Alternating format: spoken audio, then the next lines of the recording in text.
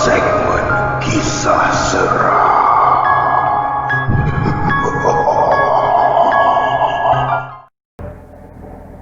Apa khabar para pendengar cerita seram The Haunting Cruise dan PN? Pada malam ini, Brother Fai akan kongsikan kepada anda kisah yang datangnya daripada R.S. Suzy.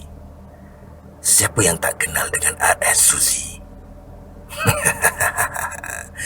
Kalau ada sesiapa yang tak kenal dengan R.S. Suzy, hidupnya tak cukup syarat. Jangan marah, Brother Fai hanya bergurau saja. Kalau tak boleh bergurau, sila duduk surau. Kisah yang bertajuk Kabus Armada.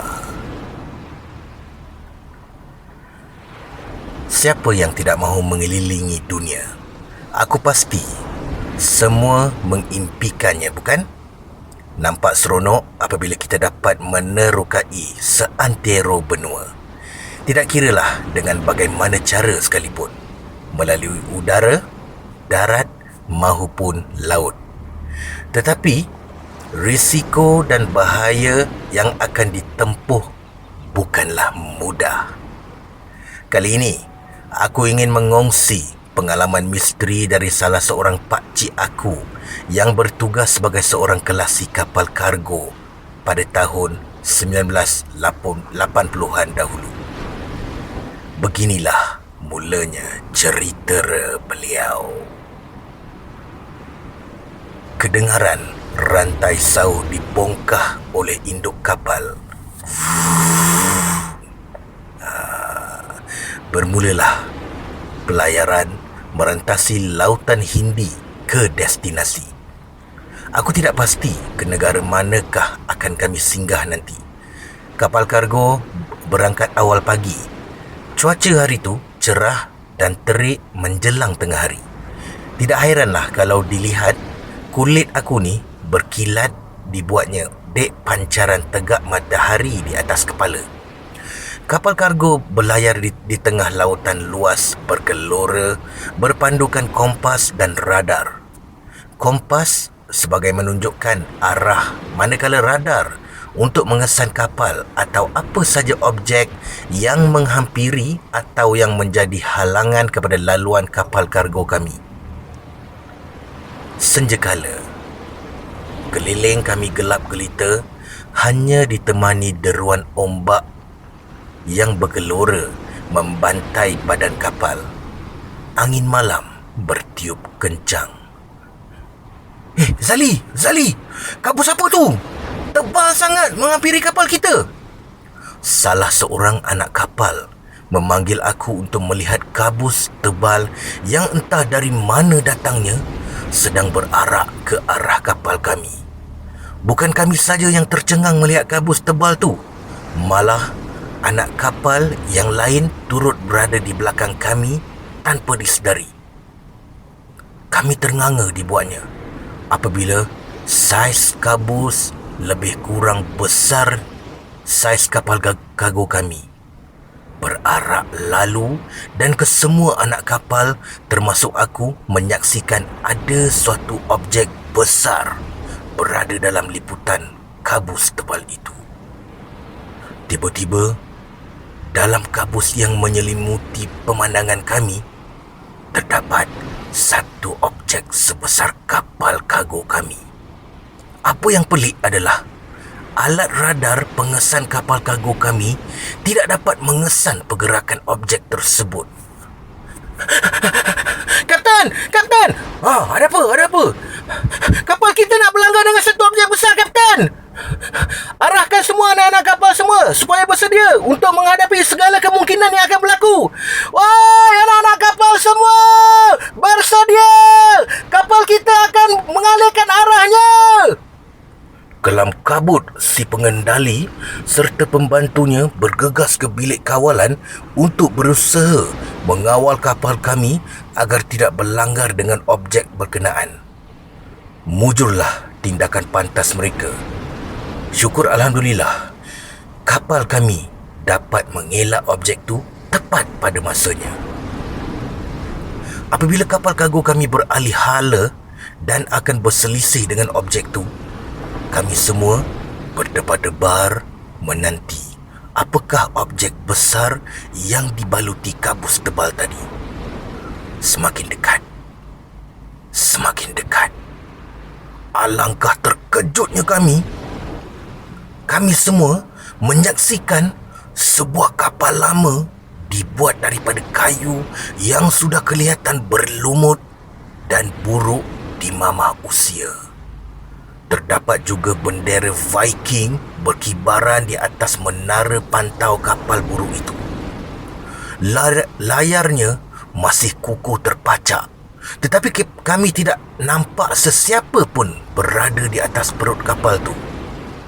Mata terbeliak dan mulut ternganga apabila kami melihat kapal ala-ala Viking atau kapal purba bergerak berselisih sebelah kapal kargo kami. Apa yang pelik terlintas di fikiran, wujud lagikah kapal purba Viking berlayar di lautan sebesar zaman ini? Kapal purba itu bergerak seiring kabus tebal, lalu hilang dari pandangan melepasi kapal kargo kami.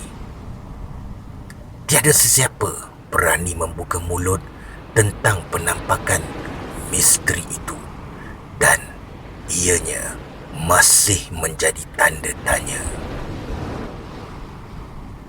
Setelah beberapa hari kejadian pelik itu berlaku, pelayaran kami sekali lagi diuji. Kini kami berada dalam cuaca buruk. Lautan yang bergelora dipukul badai kencang. Kapal kami digoncang ribut taufan. Aku dan anak-anak kapal yang lain terhuyung-hayang di atas kapal yang menari mengikut irama pukulan amukan ombak bergelora. Woi! Lihat arah 60 darjah kapal! Ada benda atas air!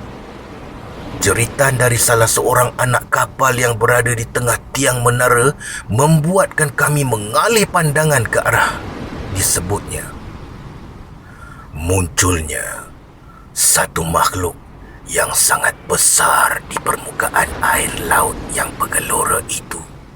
Jika dia hendak dikatakan ianya sotong gergasi, bukan.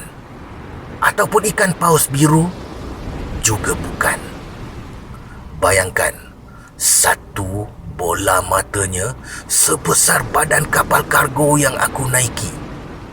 Makhluk itu hanya menampakkan bahagian kepalanya sedikit saja.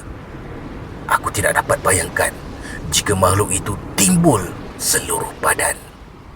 Satu kapal kargo boleh ditelan rasanya.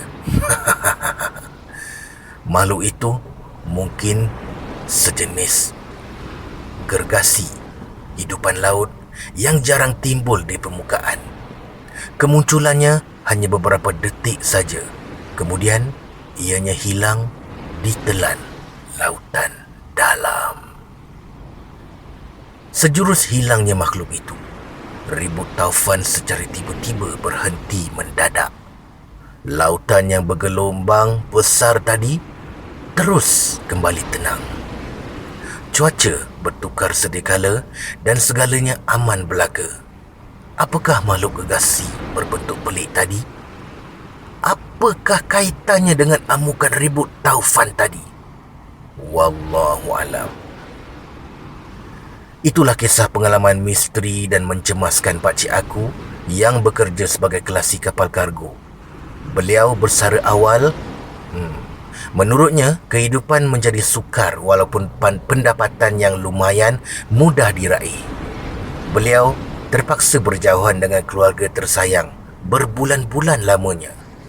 Makanya beliau mengambil keputusan untuk bersara dan ada sentiasa di sisi keluarganya. Malangnya, setelah 2 tahun meninggalkan bidang perkapalan, pakcik aku terkorban setelah terlibat dalam kemalangan motosikal semasa berada di Johor, kampung keluarganya. Semoga roh beliau dicucuri rahmat dan ditempatkan bersama golongan yang beriman. Amin ya rabbal alamin. Al-Fatihah. Sekian. Terima kasih, Brother Fah.